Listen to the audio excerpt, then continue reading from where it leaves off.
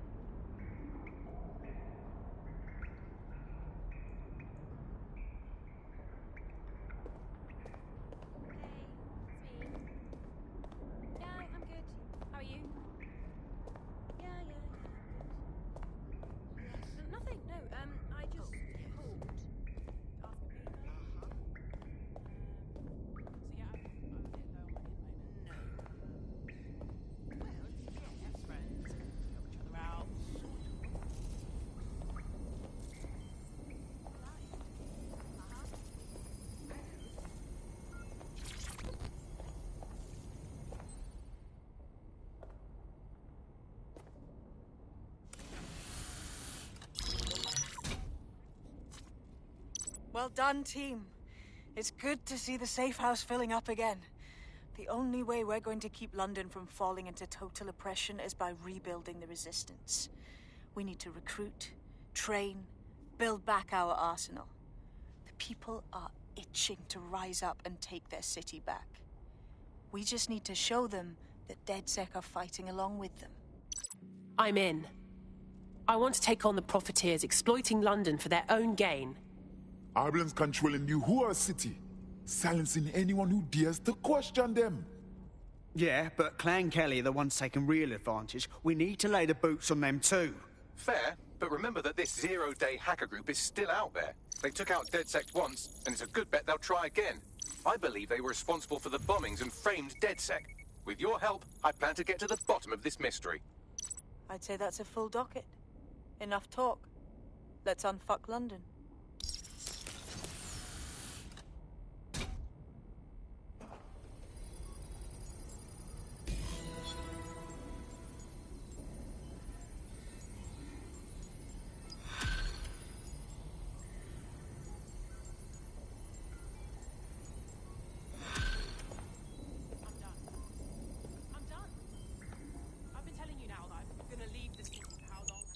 I found a lead that may help us unravel more about Zero Day and the bombings we ate shit for.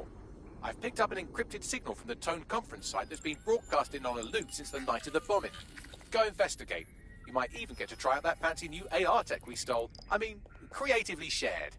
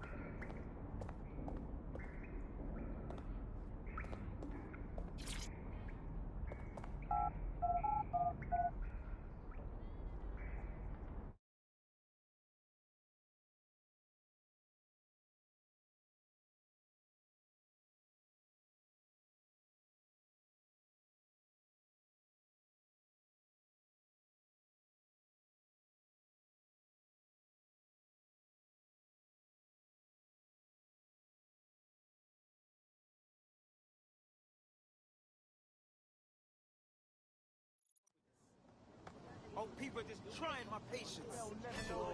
Just turn it down like 2 notches, yeah? Calm down, okay? You're making a scene. What do you think you're going to accomplish? Hey, this one, not... And jump through the window.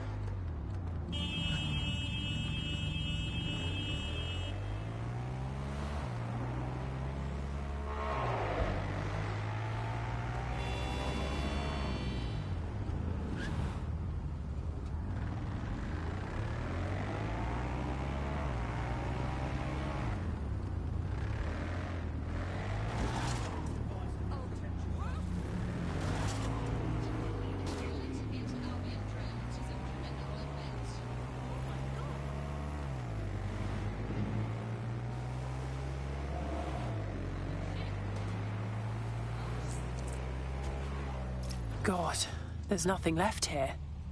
It feels wrong standing in the place where so many people died. Aren't they supposed to be rebuilding? Nothing's been done. Said Albion's sniffing around like dogs for a bone. Something's dodgy. Good point. Bagley, what exactly am I looking for? Any kind of device or component that could still be emitting the signal. It seems to be coming from within the rubble.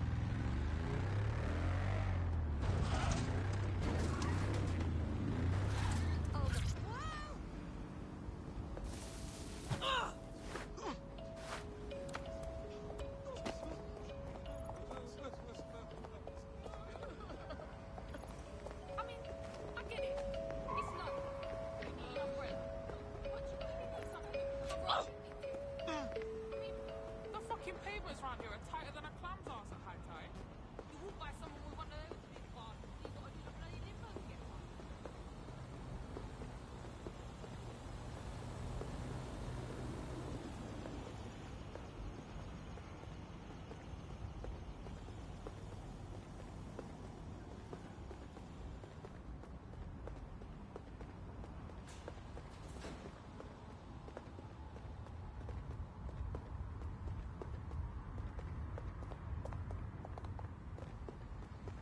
I remember the last time I got locked out. Right away it started to rain. Right away. Like it knew. So, I'm soaked. But my keys, my phone, everything is inside. What can I do but sort of huddle near the side of the building and wait to follow somebody in? And that's when I saw a little paper boat coming down the gutter. And then another behind me. Bloody immature. Nasty.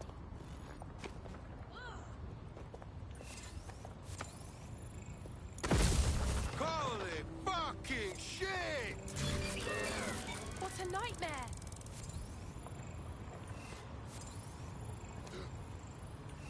Fuck a duck. Got a casualty.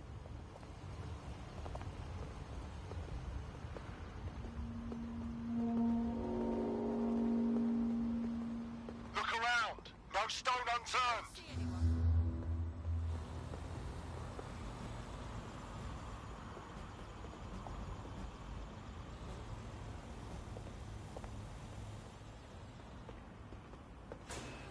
It's just different. It really is. Let me give you an example, yeah? I saw this pink colored tube last night, maybe.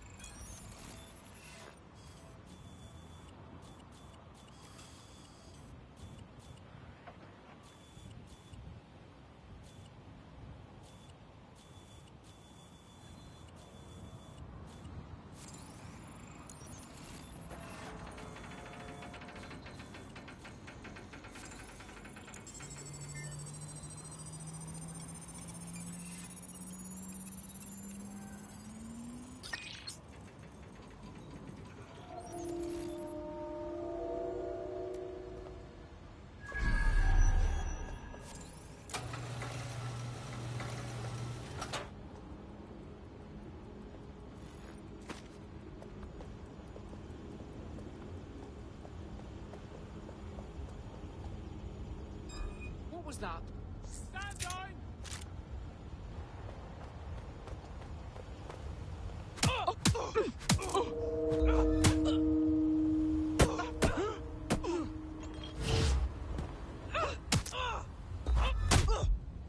Not the shark!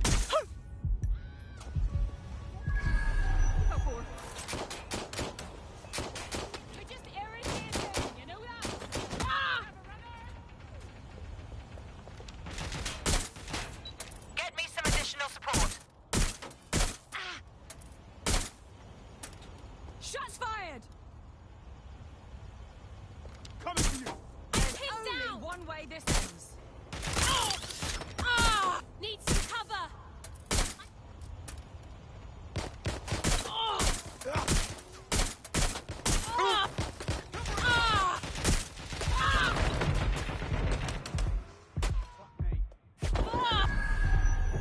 Gotcha!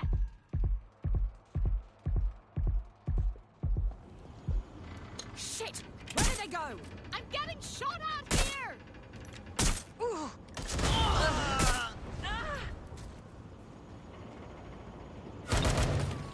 You're not going to escape.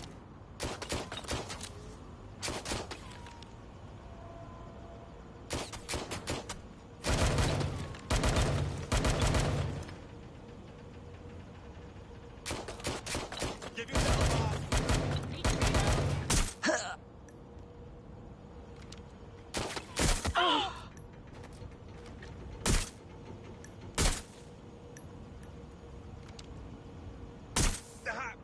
Bloody muppet! Is that the best you've got? This is powerful stuff.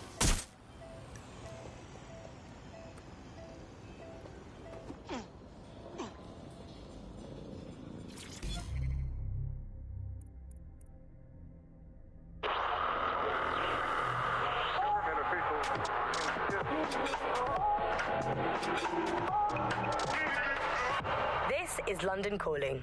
I'm Tash, and you're listening to Buccaneer, your source for what they don't want you to know. Today we're talking about Dev Hassani, our gone, but sadly not forgotten Prime Minister. It's strange to think that he was just another here today, gone tomorrow politician until his infamous London is drowning speech went viral.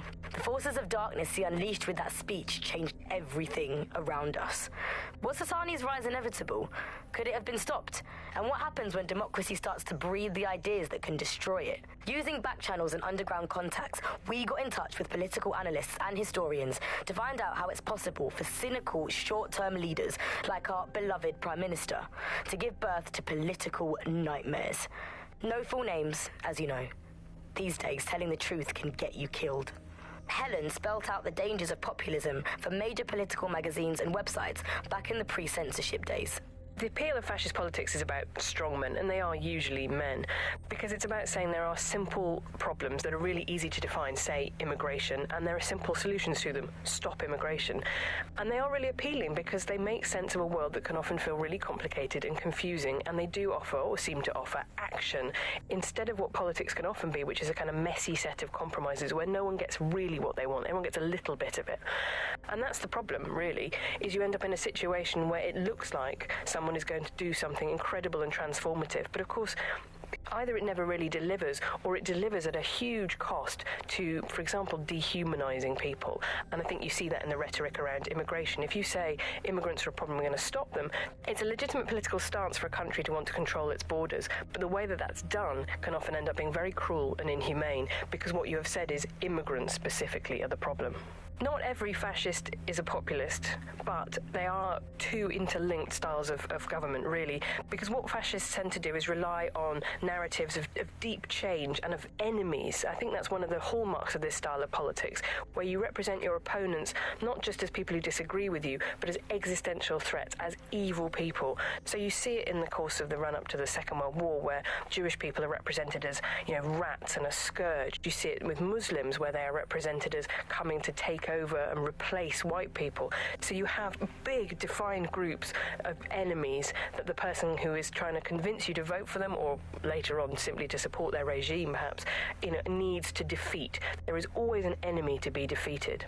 Unfortunately, one of the things we're very bad at as humans is recognizing different things when they don't look like previous examples. So I think in pre-crisis Britain we had an idea that when fascism came it would look again like the 1930s. It would look like a single charismatic leader. It would look like a jackboots in the street and huge flags.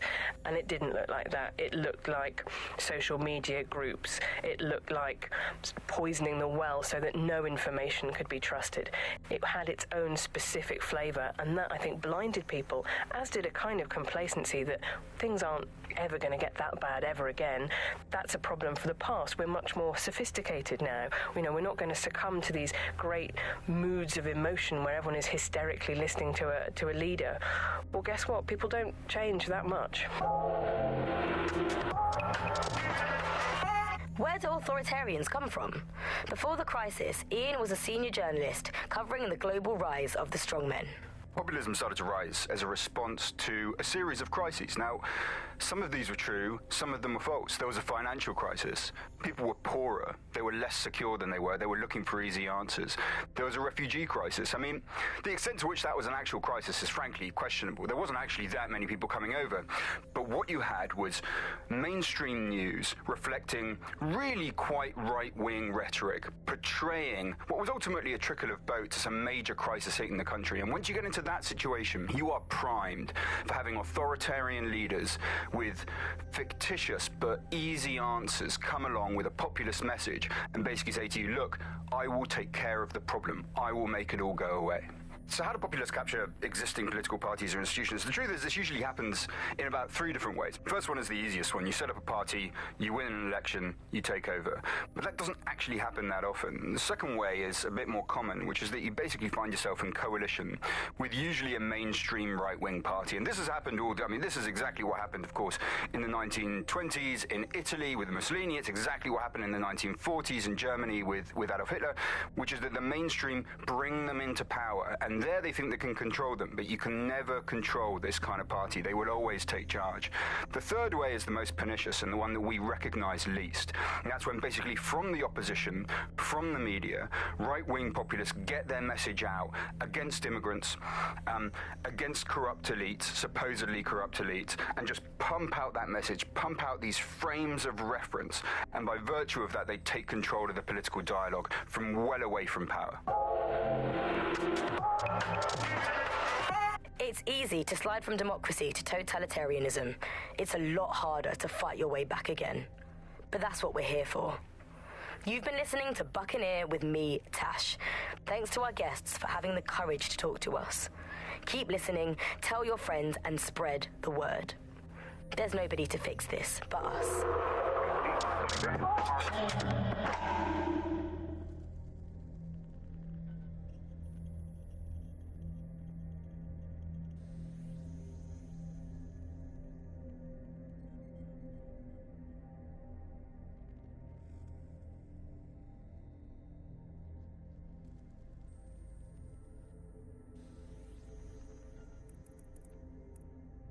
Welcome back to The Upload.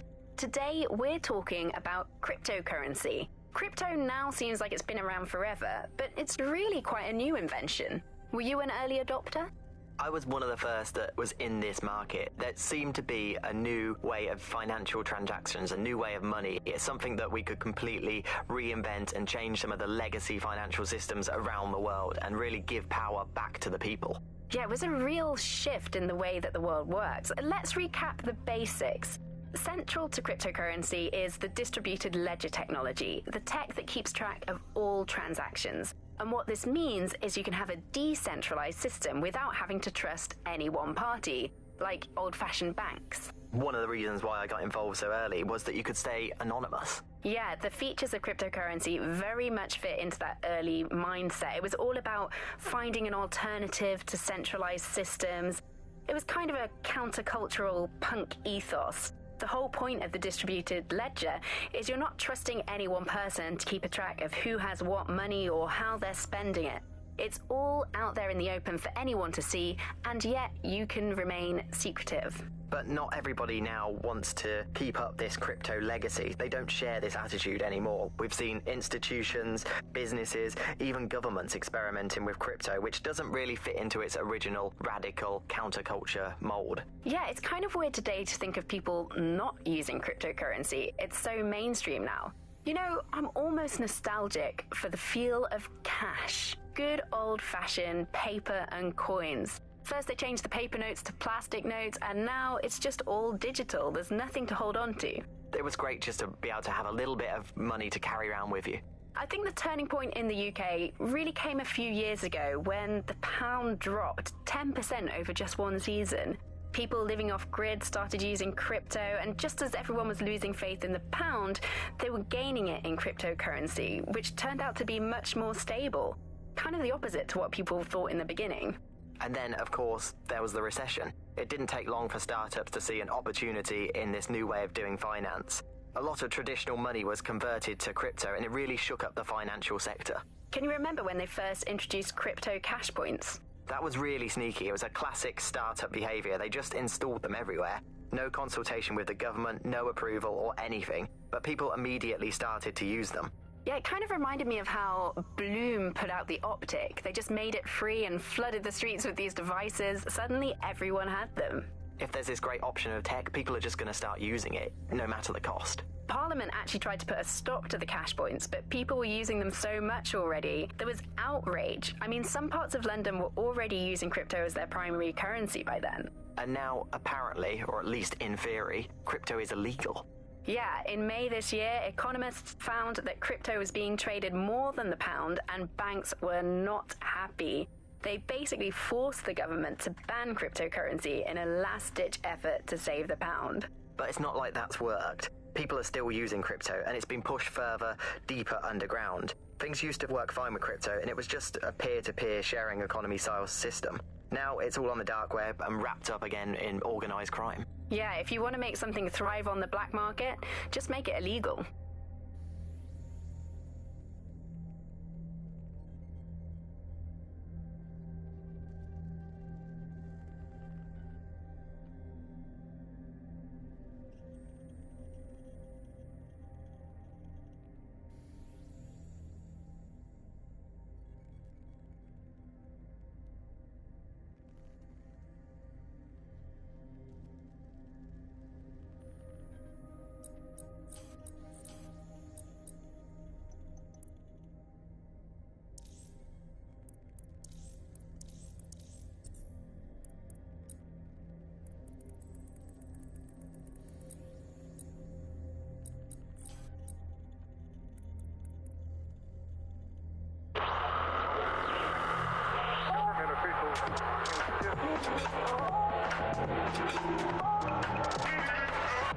This is London Calling.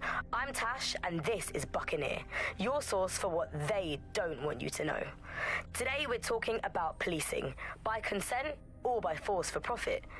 Ever since Sir Robert Peel created the police force as we know it in 1829, London has relied on the Metropolitan Police Service for peace, stability and justice. They weren't perfect, but at least there was some democratic control. Now there's a new sheriff in town. If you're a victim of crime or you just want to silence a peaceful protest, there's a new police force to turn to. Albion. And they're about as far from the old-fashioned Bobby on the beat as it's possible to get. When Hassani handed over London to Nigel Cass, many people were surprised. But we weren't. London has been up for sale and privatisation for years. The only difference is that now the private companies have guns. So how did it happen? What does it mean? How can we reverse it? And what's the price of justice? On Buccaneer, we conceal everyone's full names for their own safety. Here's Helen, who investigated policing, civil rights and justice in pre-crisis Britain. One of the kind of classic hallmarks of a fascist leader is having their own private army or police force. You know, it is in a democracy, the state tends to have a monopoly on violence, and that's not what happens when a state fails. You know, you end up with people running their own private militias, and we've seen this all over the world. You know, every kind of great dictator in history has had basically their own jackbooted set of guys that they can send in to rough up people who annoy them. And that's the danger of a force like Albion. You know, you start taking powers to yourself, and actually who is in charge of telling you no? It's always a worrying sign when you see, say, a president surrounding themselves with ex-military guys, with, you know, 5-star generals or whatever it might be, because that sort of suggests that they want to run the country like you run a war. And in a war, you have to be incredibly hierarchical. You know, you have to be top-down. People essentially have to obey orders, because that's the only way that you can make that work. That's not how it works normally in a democracy. And that's the problem, really, is you end up in a situation where normal peacetime checks and balances are suspended, and that's really scary. Is policing ever politically neutral? We spoke to academic Alfie, all names on the down low, of course, about the politics of law and order. I think it's very important to consider the changes that have happened in public space in London. I mean, the honest answer is there hardly is any shared public communal space anymore. Everything is privatised, owned by corporations and companies, and it's very difficult to feel that the space is our own to use. And essentially, you can be moved on from any area by forces which are employed to police the private area for corporate profit rather than for a community's overall well-being and shared livelihood. So I think what you're looking at overall is a situation where it's now completely impossible to distinguish between a kind of state police or a police which operates in the service of the community and one which operates to protect private interests, which leads us to the situation we've got with something like Albion today. A private police force gives you a very different kind of justice to what you might have in a form of society such as one with a state or government-run police force. And it makes you wonder if, you know, of course it's obvious when it comes to an active police force, if it's enforcing the rules of the privatised state, then it's more likely to act in their interests rather than those of kind of ethics and morality for the greater good. But it also makes you wonder about the entire justice and legal system underpinning such a police force. You know, do the courts and justice systems also share the ethics and morals of the privatised companies who employ them, and then therefore, you know, is a kind of equal and fair ethics or justice completely gone today? So there we are. In Britain today, the police are bought and paid for. And there's nobody to roll that back but us. I'm Tash, and you've been listening to Buccaneer. We'll be back soon. Till then, you've got the knowledge. Now use it.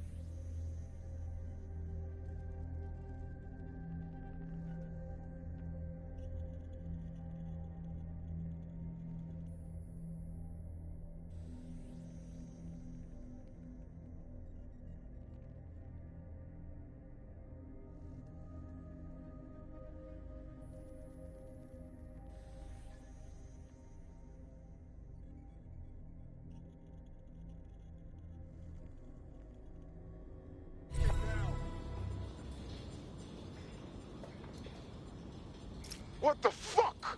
This is it. The signal is coming from this Spiderbot fragment. No indication yet who it belongs to. I'm impressed it's transmitting anything at all in this condition. Where's the rest of it? Difficult to say, but with an AR reconstruction, we may be able to see what happened to it and if it relates to the attack. Access data relays in the vicinity, and I can compile enough data to build the AR reconstruction. Surrender!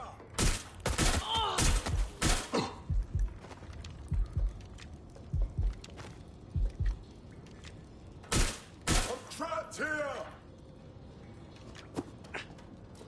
Reload!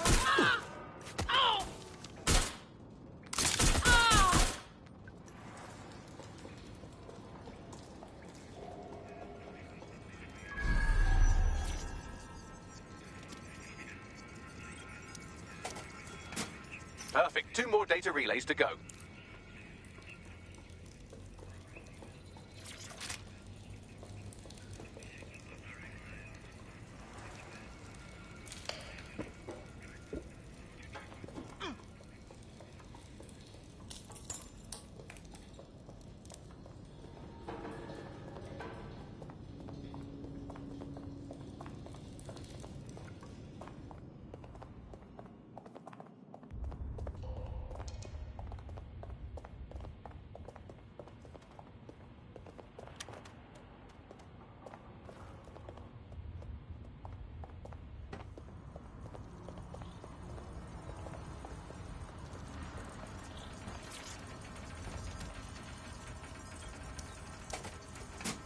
One more data relay and I'll have it.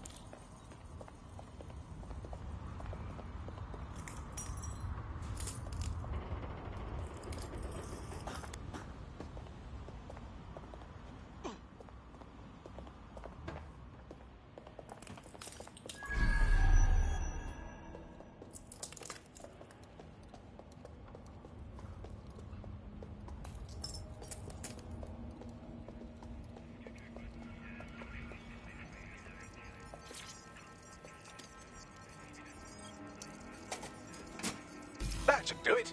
Now, I'll just take the audio from this stream and the video from these 36 and... got it. Go back to where you found that Spiderbot and I'll show you the AR reconstruction from the night of the explosion. Read you loud and clear.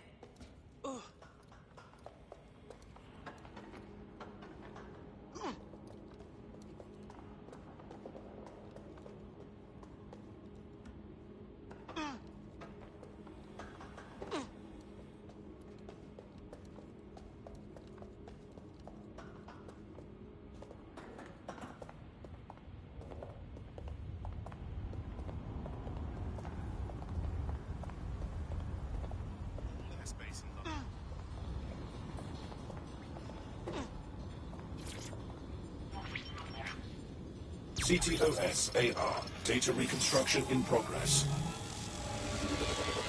You brought the payload? Fuck, think we'd go back here? Don't trust the Kelly dog.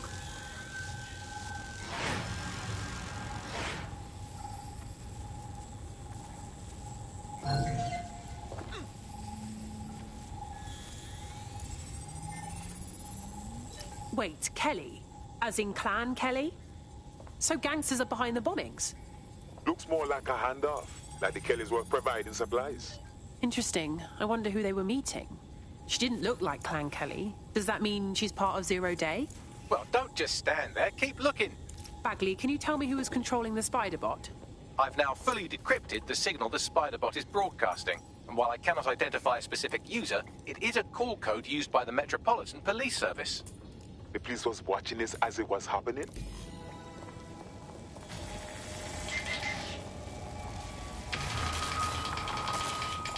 The reconstruction continues behind that rubble.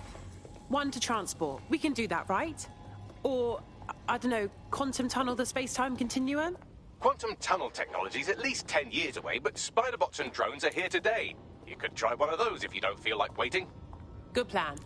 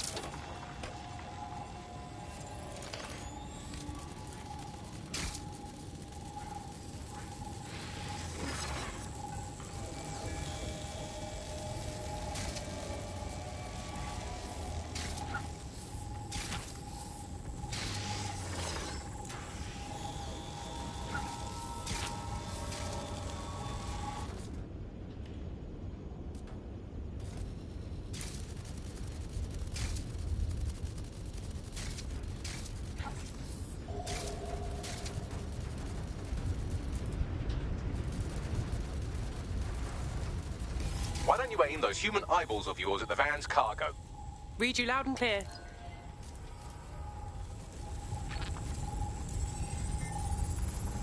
RDX nitrogen, and the exact same detonator system like the bombs that were planted at Parliament. 0 days calling card. Damn, hurry. We got all the deliveries. So you were hired to supply all the targets? Shut it. We're all I need to know.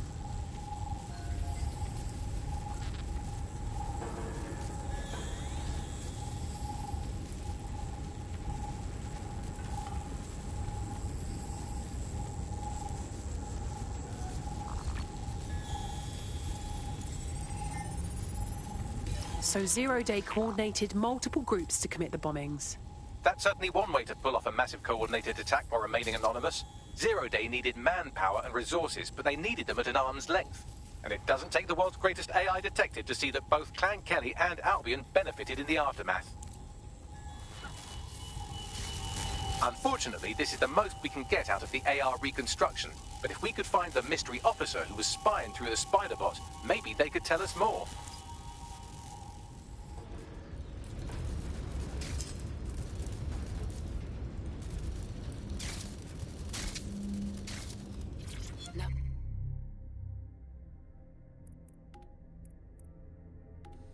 Nice.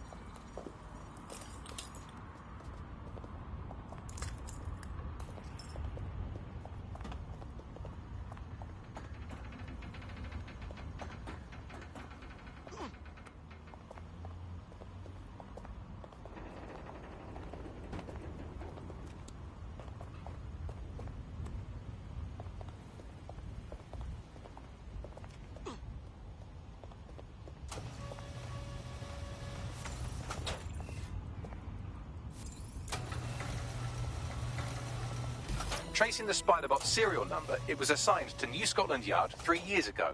Perhaps more information about its user or its assignment will be available at the station. It's hard to believe the police may have known who the real bombers were all along and never said anything to the public. The only way to know for sure is to investigate New Scotland Yard.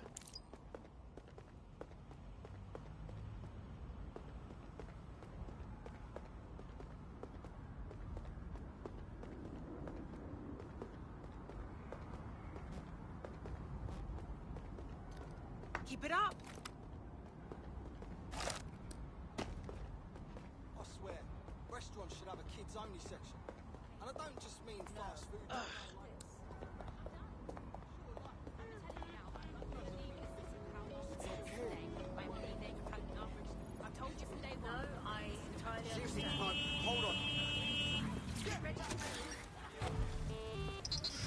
are a pleasure to drive because they drive themselves.